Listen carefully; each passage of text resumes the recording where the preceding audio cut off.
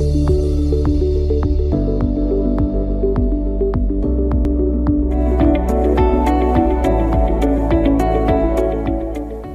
શ્રી કૃષ્ણ. આજે આપણે વિદ્યુતના વહન અંગેની ચર્ચા કરવાની છે. વિદ્યુત વિભાજનના સિદ્ધાંતમાં આપણે એવું ભણ્યા હતા મિત્રો કે જ્યારે પીગળેલું અથવા તો વિદ્યુત વિભાજ્યનું જલીય દ્રાવણ હોય ત્યારે એમાંથી વિદ્યુત જથ્થો પસાર કરીએ તો રેડોક્સ પ્રક્રિયાને અંતે વિદ્યુત ધ્રુવ ઉપર નિપજો જમા થાય. તો એ પ્રક્રિયામાં જ્યારે વિદ્યુત વિભાજ્યનું જલીય દ્રાવણ અથવા તો આપણે પીગળેલું વિદ્યુત વિભાજ્ય લીધું હોય અને એમાંથી ડીસી કરંટ પસાર કરીએ તો આ ઘટના વિદ્યુત ધ્રુવો ઉપર નિપજો જમા થવાની જે બને એને જો આપણે વિદ્યુત વિભાજન કહેતા હોય તો વિદ્યુત વિભાજનમાં સૌથી પાયાની અને અગત્યની બાબત એ થાય કે પીગળેલા પરિસ્થિતિમાં અથવા તો દ્રાવણની પરિસ્થિતિમાં વિદ્યુત વિભાજ્યમાંથી વિદ્યુતનું વહન થઈ શકે છે તો આ શક્ય બને. જો દ્રાવણમાંથી વિદ્યુતનું વહન જ ના થઈ શકતું હોય તો આ શક્ય ના બને. તો હવે આપણને ક્વેશ્ચન એ થાય કે દ્રાવણમાંથી વિદ્યુતનું વહન કઈ રીતના થાય, ધાતુમાંથી જે વિદ્યુતનું વહન થાય એનાથી એ કઈ રીતના ભિન્ન પડે. દ્રાવણોમાંથી વિદ્યુતનું વહન થાય તો બધા દ્રાવણોની જે વિદ્યુતની વહનની ક્ષમતા એટલે કે વાહકતા છે એ એક સરખી હોય કે જુદી જુદી હોય. આ વાહકતાનો આધાર કયા કયા પરિબળો ઉપર હોય. તો આમ દ્રાવણમાંથી જે વિદ્યુતનું વહન થાય એને આનુષંગિક આ બધા પ્રશ્નોના ઉત્તર હવે આપણે આજના લેક્ચરમાંથી આપવાના થશે. એટલે આજનું આપણો આખો ટોપિક વિદ્યુતના વહન ઉપર આધારિત છે. તો સૌથી પહેલાં આપણે ત્યાંથી સ્ટાર્ટ કરીએ કે ધાતુમાંથી વિદ્યુતનું વહન થાય અને દ્રાવણમાંથી વિદ્યુતનું વહન થાય તો એ બંને એકબીજાથી કઈ રીતના ભિન્ન પડે. તો ધાતુમાંથી જ્યારે વિદ્યુતનું વહન થાય ત્યારે વિદ્યુતનું વહન તમે ભૌતિકશાસ્ત્રમાં ભણી ગયા અને કેમિસ્ટ્રીમાં આપણે આગળના પ્રકરણમાં પણ ભણી ગયા કે જ્યારે ધાતુમાંથી વિદ્યુતનું વહન થાય ત્યારે એ સ્થાનાંતરિત અથવા તો મુક્ત ઇલેક્ટ્રોનને કારણે થાય અને પરિણામે મુક્ત ઇલેક્ટ્રોનને કારણે જો આ વાહકતા જોવા મળે તો એટલે અવિવાહકતાને ઇલેક્ટ્રોનીય વાહકતાના નામથી ઓળખવામાં આવે. એટલે જે મેટેલિક કંડક્ટર છે ધાતુની જે વાહકતા છે એ એમાં રહેલા મુક્ત અથવા સ્થાનાંતરિત ઇલેક્ટ્રોનને કારણે અથવા તો જે એને કારણે હોલ ઉત્પન્ન થયું હોય, છિદ્ર ઉત્પન્ન થયું હોય એના આભાસી વહનને કારણે હોય. અવિવાહકતાને ઇલેક્ટ્રોનીય વાહકતા કહેવામાં આવે. જ્યારે પીગળેલી પરિસ્થિતિમાં અથવા તો દ્રાવણમાં વિદ્યુત વિભાજ્યમાંથી વિદ્યુતનું વહન થાય છે એ એમાં રહેલા આયનોના સ્થળાંતરને કારણે થાય. દાખલા તરીકે પીગળેલી પરિસ્થિતિમાં મીઠું એટલે કે સોડિયમ ક્લોરાઇડ વિદ્યુતનું વહન દર્શાવે છે તો એમાં રહેલા Na+ અને Cl- આયનોને કારણે છે. આથી જ આપણે એવું બોલતા હોઈએ કે ઘન પરિસ્થિતિમાં સોડિયમ ક્લોરાઇડ વિદ્યુતનું વહન દર્શાવતું નથી. ઘન પરિસ્થિતિમાં મીઠું છે એ વિદ્યુતનું વહન ના દર્શાવે તો શા માટે? તો એનો જવાબ આપણે આમ જ આપતા હોઈએ કે ઘન પરિસ્થિતિમાં Na+ અને Cl- આયનો મુક્ત પરિસ્થિતિમાં હોતા નથી, જકડાયેલા હોય છે. આમ આયનો મુક્ત નથી, પરિણામે આયનો વહનશીલતા દર્શાવતા નથી. આથી ઘન પરિસ્થિતિમાં કોઈ પણ વિદ્યુત વિભાજ્ય વિદ્યુતનું વહન દર્શાવી શકે નહીં. તો એનો મતલબ કે જ્યારે પીગળેલી અથવા દ્રાવણની પરિસ્થિતિમાં વિદ્યુત વિભાજ્યમાંથી વિદ્યુતનું વહન થઈ શકે એવું આપણે બોલીએ તો એમાં રહેલા આયનોના સ્થળાંતર અથવા તો વહનને કારણે હોય અને પરિણામે દ્રાવણમાં જે વાહકતા જોવા મળે એ વાહકતાને આયનીય વાહકતા કહેવામાં આવે. એટલે ઇન શોર્ટ ધાતુમાં વાહકતા માટે જવાબદાર મુક્ત ઇલેક્ટ્રોન અથવા તો સ્થાનાંતરિત ઇલેક્ટ્રોન છે અને દ્રાવણ અથવા પીગળેલી પરિસ્થિતિમાં વાહકતા માટે જવાબદાર આયનોનું સ્થળાંતર અથવા તો આયનોની વહનશીલતા છે. પરિણામે ધાતુની વાહકતા ઇલેક્ટ્રોનીય વાહકતા તરીકે ઓળખાય. દ્રાવણમાં જે વાહકતા જોવા મળે એ આયનીય વાહકતા તરીકે ઓળખવામાં આવે. આ ઉપરાંત જ્યારે ધાતુમાંથી વિદ્યુતનું વહન થાય છે ત્યારે આ એક નોંધપાત્ર બાબત યાદ રાખવાની કે ધાતુમાંથી જ્યારે ઇલેક્ટ્રોન પસાર થાય ત્યારે જે ધાતુનું બંધારણ છે એટલે કે ઇલેક્ટ્રોન રચના છે એમાં કોઈ ફરક પડતો નથી. કોપર ધાતુના એક છેડેથી કોપર ધાતુના બીજા છેડે ઇલેક્ટ્રોન પસાર થઈને નીકળે, વિદ્યુતનું વહન થાય ત્યારે કોપર ધાતુના ઇલેક્ટ્રોનિક બંધારણમાં કોપર ધાતુના રાસાયણિક ગુણધર્મોમાં કોઈ ફેરફાર થતો નથી. ભૌતિક ફેરફાર થાય. ઘણીવાર આપણે એવું નોંધતા હોઈએ કે જ્યારે વિદ્યુત પ્રવાહ પસાર થાય ધાતુમાંથી વાયરમાંથી ત્યારે ગરમ થઈ જાય એટલે કે આમ તાપમાન વધવું, એના કારણે કદમાં ફેરફાર થવો, એવા ભૌતિક ફેરફારો જોવા મળે. પરંતુ રાસાયણિક ફેરફાર ક્યારેય ધાતુમાંથી જ્યારે વિદ્યુતનું વહન થાય ત્યારે જોવા મળતો નથી. જ્યારે દ્રાવણમાંથી વિદ્યુતનું વહન થાય ત્યારે તો વિદ્યુત વિભાજનનો સિદ્ધાંત જ આખો એના ઉપર આધારિત છે કે વિદ્યુત ધ્રુવો ઉપર નિપજો જમા થાય, એટલે કે વિદ્યુત ઉર્જાનું રાસાયણિક ઉર્જામાં રૂપાંતર થાય. તો ઇટ મીન્સ ધેટ કે દ્રાવણમાંથી જ્યારે વિદ્યુતનું વહન થાય ત્યારે રાસાયણિક ફેરફાર થાય છે, અને એને કારણે તો રેડોક્સ પ્રક્રિયાને કારણે તો આપણે આખો વિદ્યુત વિભાજનનો કન્સેપ્ટ બન્યા. એટલે આ એક મોટી અગત્યની તફાવતની બાબત યાદ રાખવાની કે જ્યારે ધાતુમાંથી વિદ્યુતનું વહન થાય છે ત્યારે કોઈ રાસાયણિક ફેરફાર એટલે કે ધાતુના ઇલેક્ટ્રોનિક બંધારણમાં કોઈ ફેરફાર થતો નથી. હા, જો આપણને સ્પર્ધાત્મક પરીક્ષામાં ખરા ખોટા વિધાનમાં એમ કહે કે ધાતુમાંથી વિદ્યુતના વહન દરમિયાન કોઈ ભૌતિક ફેરફાર જોવા મળતો નથી, તો ખોટું વિધાન ગણવાનું. ભૌતિક ફેરફાર જોવા મળે પરંતુ રાસાયણિક ફેરફાર જોવા મળતો નથી. જ્યારે દ્રાવણમાંથી વિદ્યુતનું વહન થાય ત્યારે ડીસી કરંટને કારણે રાસાયણિક ફેરફાર થતો જોવા મળે છે. તો હવે આ ધાતુનું વિદ્યુતનું વહન અને દ્રાવણમાંથી વિદ્યુતનું વહન કયા કયા પરિબળો ઉપર આધાર રાખે એ સમજીએ. તો જ્યારે ધાતુમાંથી વિદ્યુતનું વહન થતું હોય ત્યારે એ મુખ્યત્વે ધાતુના 3 ગુણધર્મો ઉપર આધાર રાખે. સૌથી પહેલો આધાર ધાતુની પ્રકૃતિ અને એની લેટાઈસ રચના એટલે કે સ્ફટિક જાળી રચના ઉપર હોય. દાખલા તરીકે હું એમ કહી દઉં કે આયનો આલ્કલી તત્વ છે, એ આલ્કલી તત્વનું કદ મોટું હોય, પરિણામે એની ડેન્સિટી ઓછી હોય. તો એની સરખામણીએ સંક્રાંતિ તત્વો છે એનું કદ નાનું હોય, પ્રમાણમાં એની ડેન્સિટી વધારે હોય. તો આમ એની પ્રકૃતિ એટલે કદ, ઘનતા, આલ્કલી તત્વ, આલ્કલાઇન તત્વ, સંક્રાંતિ તત્વ, એમાં રહેલા પરમાણુઓની લેટાઈસ રચના એટલે કે સ્ફટિક જાળી રચના, એના ઉપર ધાતુના બંધારણ ઉપર એની વાહકતાનો આધાર હોય. એવી જ રીતના મુખ્ય આધાર ધાતુમાં આ પરિબળ ઉપર જોવા મળે કે એની બાહ્યતમ કક્ષામાં રહેલા ઇલેક્ટ્રોનની સંખ્યા પ્રતિ પરમાણુ જેમ વધારે હોય એમ વાહકતા વધારે હોય, જેમ સંયોજકતા કોષમાં પ્રતિ પરમાણુ ઇલેક્ટ્રોનની સંખ્યા ઓછી હોય એમ વાહકતા ઓછી હોય. એવી જ રીતના ધાતુમાં જે વાહકતા ઇલેક્ટ્રોનની વાહકતા આપણે સમજ્યા એનો આધાર તાપમાન ઉપર પણ હોય. જેમ તાપમાન વધે એમ ધાતુમાં વાહકતા ઘટે. યાદ રાખજો, જેમ તાપમાન વધે એમ ધાતુમાં વાહકતા ઘટે. શું કામે? તો જેમ તાપમાન વધે એમ ધાતુ પરમાણુમાં પરમાણુ કર્નલ અને મુક્ત ઇલેક્ટ્રોન સમુદ્રના નમૂના દ્વારા આપણે વાહકતાને મોટે ભાગે સમજાવતા હોય. તો પરમાણુ કર્નલ છે એ જેમ તાપમાન વધે એમ વધુ આંદોલિત થાય, એની ગતિ ઉર્જા વધે. જેમ ગતિ ઉર્જા વધે અને આંદોલન વધે એમ મુક્ત ઇલેક્ટ્રોનને એક છેડેથી બીજા છેડે તરફ જવામાં જે પેસેજ મળવો જોઈએ એમાં અવરોધ આવે અથવા તો એ ઘટે, પરિણામે વાહકતામાં ઘટાડો જોવા મળે.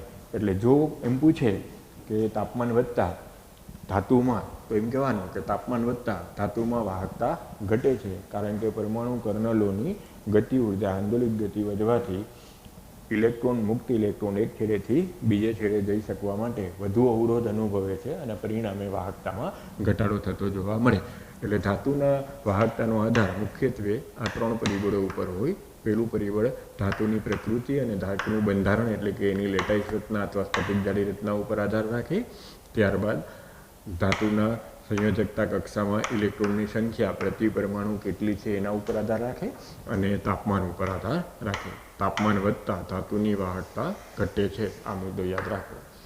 હવે આપણા માટે રસાયણ વિજ્ઞાનમાં આનો અભ્યાસ જરૂરી બને, કારણ કે આપણે દ્રાવણોમાંથી વિદ્યુતનું વહન વિદ્યુત વિભાજન વખતે ઉપયોગમાં લીધું હોય તો રસાયણ વિજ્ઞાન માટે આ પોઈન્ટ અથવા આ કન્સેપ્ટ આપણા માટે વધુ અગત્યનો થાય કે દ્રાવણમાં જે વિદ્યુત વાહકતા છે એનો આધાર કયા કયા પરિબળો ઉપર હોય. તો સૌથી પહેલું પરિબળ આવે કે વિદ્યુત વિભાજ્યની પ્રકૃતિ ઉપર આધાર રાખે. વિદ્યુત વિભાજ્યની પ્રકૃતિ એટલે આમ સમજાવી શકાય કે હાઇડ્રોક્લોરિક એસિડ છે અને એસિડિક એસિડ છે, બેયનું જલીય દ્રાવણ મેં લીધું, બેયનું જલીય દ્રાવણ 1 મોલર લીધું, તો બેયમાં આયનોની સંખ્યા સરખી નહીં હોય, કારણ કે એક પ્રબળ વિદ્યુત વિભાજ્ય છે અને એક નિર્બળ વિદ્યુત વિભાજ્ય છે. પ્રબળ વિદ્યુત વિભાજ્યનું સંપૂર્ણપણે વિયોજન અથવા આયનીકરણ થયેલું હોય એટલે એમાં આયનોની સંખ્યા વધારે હોય.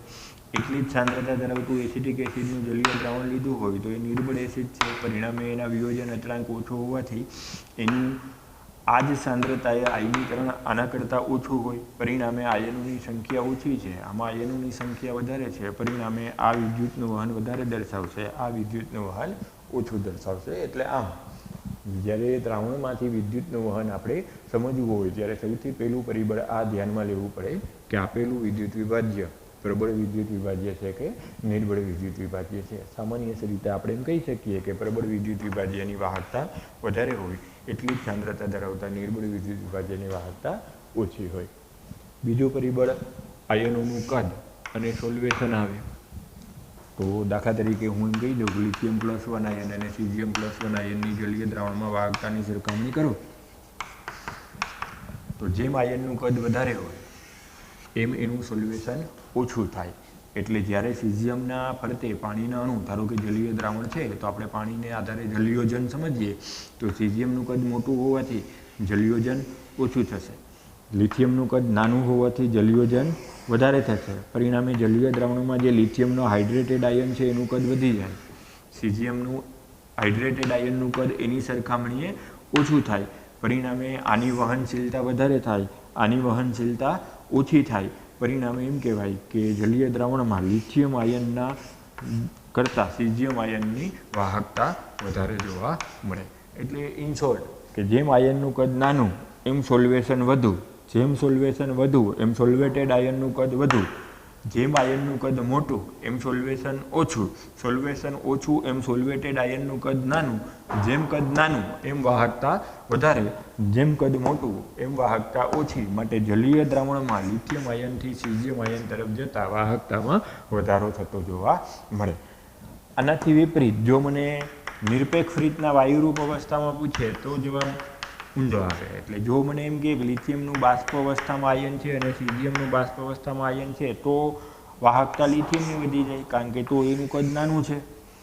સીઝિયમનું કદ મોટું છે કારણ કે હાઇડ્રેટેડ એટલે કે દ્રાવકના અણુઓ ફરતે વીંટળાયેલા નથી, જલિયોજન થયેલું નથી. ફક્ત વાયુ પરિસ્થિતિમાં એટલે કે નિરપેક્ષ પરિસ્થિતિમાં જ આપણને આયન આપેલા છે તો જવાબ બદલાઈ જાય. તો એમ કહેવાય કે લિથિયમની વાહકતા સીઝિયમ કરતાં વધારે હોય. એટલે આ કન્સેપ્ટ કોમ્પિટિટિવ એક્ઝામ માટે ઘણો બધો અગત્યનો, નીટ, જી અને ગુજકેટ માટે આ કન્સેપ્ટ યાદ રાખવાનો કે આયનોનું કદ જેમ નાનું એમ દ્રાવણમાં એટલે કે જે સોલ્વન્ટ હોય, દ્રાવક હોય એના અણુઓ આયનની ફરતે વીંટળાય એ ઘટનાને સોલ્વેશન કહેવાય. પાણી હોય તો આપણે એને હાઇડ્રેશન અથવા તો જલિયોજનના નામથી ઓળખતા હોય. તો લિથિયમનું જલીય દ્રાવણ અને સીઝિયમના જલીય દ્રાવણની સરખામણી કરીએ તો લિથિયમનું આયનનું કદ નાનું હોવાથી એનું હાઇડ્રેશન વધારે થાય, સીઝિયમના આયનનું કદ મોટું હોવાથી એનું હાઇડ્રેશન ઓછું થાય.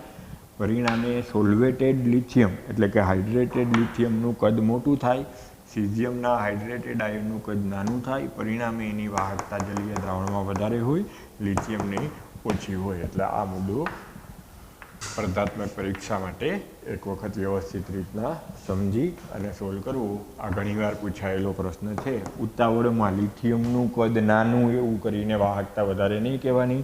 જલીય દ્રાવણમાં લિથિયમ આયનના હાઇડ્રેટેડ આયનનું કદ મોટું હોય એટલે એની વાહકતા ઓછી હોય એમ સમજવાનું.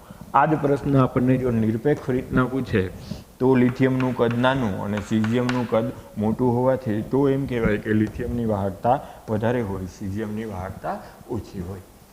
ત્યાર પછીનું જો પરિબળ વિચારીએ તો દ્રાવકની પ્રકૃતિ અને સ્નિગ્ધતા આવે. દ્રાવકની પ્રકૃતિનો મતલબ શું થાય કે હું એમ કહી દઉં કે મેં NaClનું દ્રાવણ લીધું તો જો જલીય દ્રાવણ હોય તો એનું આયનીકરણ NaCl ધ્રુવીય અને પાણી ધ્રુવીય હોવાથી પૂરેપૂરું થાય અને પરિણામે એની વાહકતા વધારે હોય. પણ આ જ NaClને જો હું કેરોસીનમાં લઉં તો દ્રાવ્ય જ નહીં થાય, કારણ કે કેરોસીન દ્રાવક અધ્રુવીય છે, NaCl ધ્રુવીય છે. તો એ જ NaClના દ્રાવણની વાહકતા આના કરતાં ભિન્ન થઈ જાય. એટલે દ્રાવકની પ્રકૃતિનો મતલબ શું થાય મિત્રો કે ધ્રુવીય અને અધ્રુવીય દ્રાવક બંને હોઈ શકે. તો જો વિદ્યુત વિભાજ્ય આયનીય છે તો સ્વાભાવિક છે કે ધ્રુવીય દ્રાવકમાં એની વાહકતા વધારે હોય, અધ્રુવીય દ્રાવકમાં એની વાહકતા ઓછી હોય, કારણ કે ધ્રુવીય દ્રાવ્ય પદાર્થ વિદ્યુત વિભાજ્ય આયનીય હોવાથી ધ્રુવીય દ્રાવકમાં વધુ વિયોજન અનુભવે. એટલે દ્રાવકની પ્રકૃતિ એટલે આપણે ધ્રુવીયતા અને અધ્રુવીયતાના આધારે સમજાવી શકીએ. આ જ પ્રમાણે દ્રાવકની સ્નિગ્ધતા જેમ વધારે હોય એમ આયનોના વહનમાં વધુ અવરોધ આવે એટલે વાહકતામાં ઘટાડો થાય. એટલે જેમ દ્રાવકની સ્નિગ્ધતા વધારે હોય એમ એ દ્રાવણની વાહકતામાં ઘટાડો થાય. એટલે આ પરિબળ દ્રાવકની પ્રકૃતિ અને સ્નિગ્ધતાને આ રીતના સમજો. NaClને પાણીમાં દ્રાવણ બનાવવું અને એ જ NaClનું કેરોસીનમાં દ્રાવણ બનાવવું અથવા તો કેરોસીનમાં એને વિલય કરવું તો બંનેમાં વાહકતામાં ફરક હશે. ત્યાર પછીનું પરિબળ જો ચર્ચીએ તો વિદ્યુત વિભાજ્યની સાંદ્રતા ઉપર દ્રાવણની વાહકતાનો આધાર હોય. સાંદ્રતાના પરિબળને સમજવા માટે હવે જો આપણે ઉદાહરણ લઈએ તો ધારો કે NaCl અને એસિટિક એસિડ.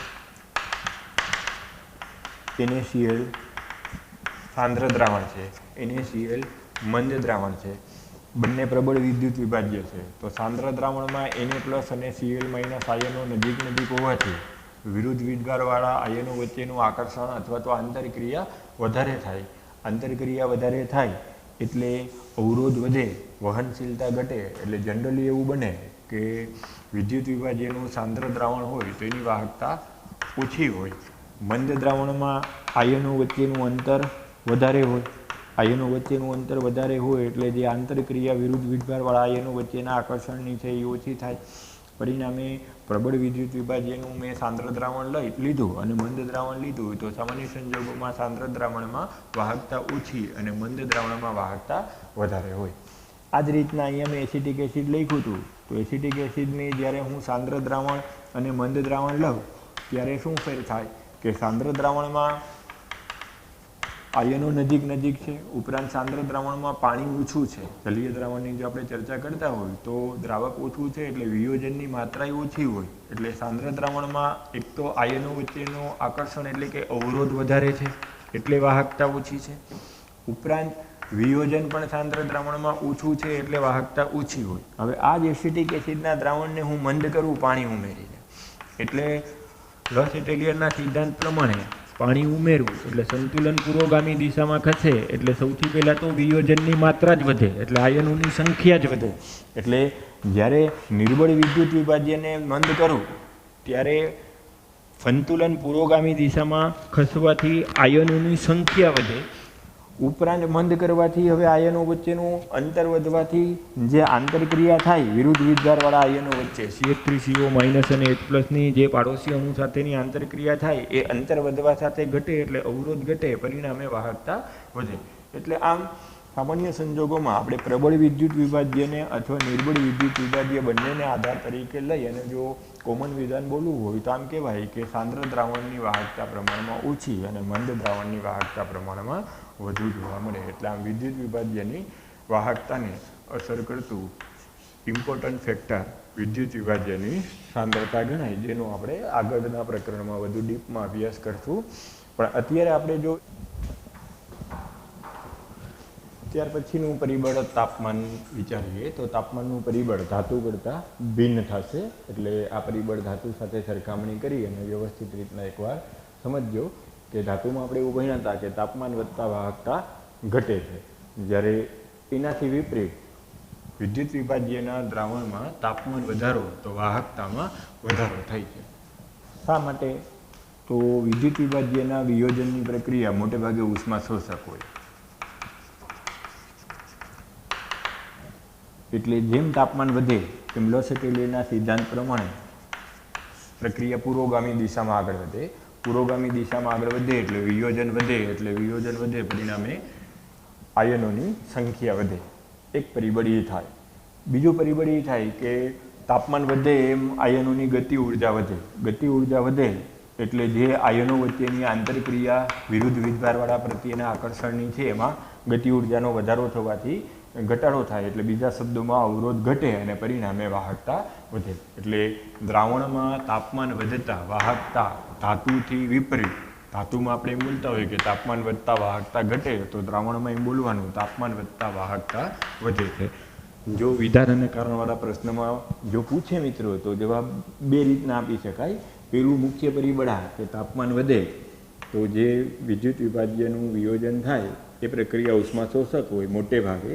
એટલે તાપમાન વધતા લસ એટેલિયરના સિદ્ધાંત પ્રમાણે પ્રક્રિયા પુરોગામી દિશામાં જાય એટલે વિયોજન વધે એટલે આયનોની સંખ્યા વધે.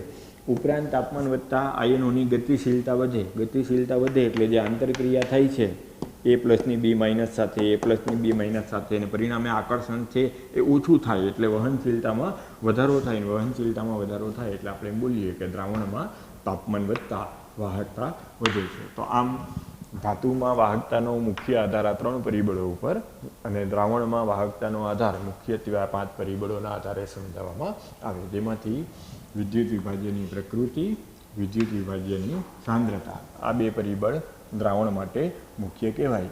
આનો આપણે આગળ જતાં પણ ઉપયોગ કરી અને આવતીકાલે હજી દ્રાવણમાંથી વહન કઈ રીતના માપી શકાય, અવરોધ, વાહકતા, વિશિષ્ટ વાહકતા કઈ રીતના માપી અને જુદા જુદા વિદ્યુત વિભાજ્યના દ્રાવણોની સરખામણી કઈ રીતના કરી શકાય અને એની ઉપયોગિતા આવતા લેક્ચરમાં ભણશું. આજના લેક્ચરનું તમને વિદ્યુતનું વહનનો ટોપિક ટેક્સ્ટબુકમાંથી પેજ નંબર 75માંથી વાંચવાનું સ્ટાર્ટ કરી દેજો. આવતીકાલે આપણે મળીએ ત્યાં સુધીમાં આ ટોપિક આખો સમજી અને તૈયાર કરી